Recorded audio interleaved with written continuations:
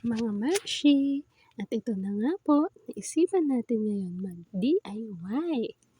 Kaya ngayon, magkakabit tayo ng wallpaper sa aming pader.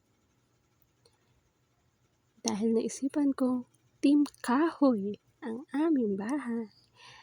Ayan po siya, color brown.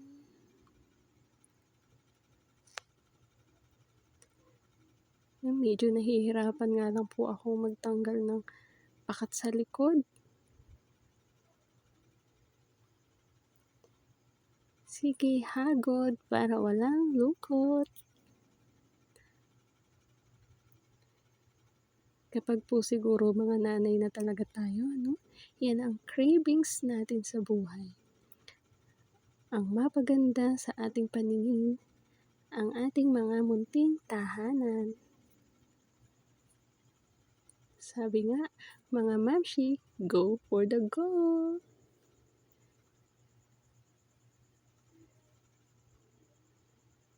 Sipag talaga ni Mamshi, himas dito, himas doon, para maganda ang kalabasan. Medyo haggard na nga po ang inyong Mamshi dyan, dahil sobrang init ang panahon ngayong araw na to. Pero syempre, sabi nga, pag nasimulan na, tapusin. Yan, malapit na matapos ang inyong Mamshi. Diba? Ayaw ko nang may lukot, kaya super himas. Silip dito, silip doon.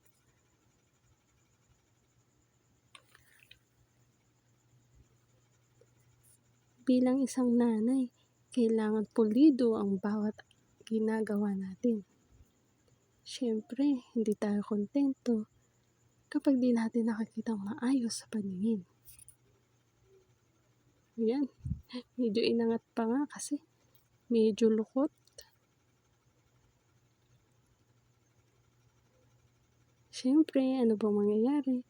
Ayan, sumunod din siya sa akin na straight din.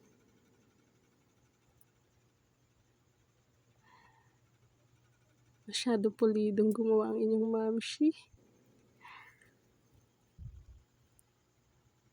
Ayan, nalalagyan na natin ng brace sa taas para magkaroon naman siya ng design. Super sipat ako dyan. Kaya lang medyo kinapos sa dulo. But anyways, gagawin natin ang paraan yan. Just wait and see.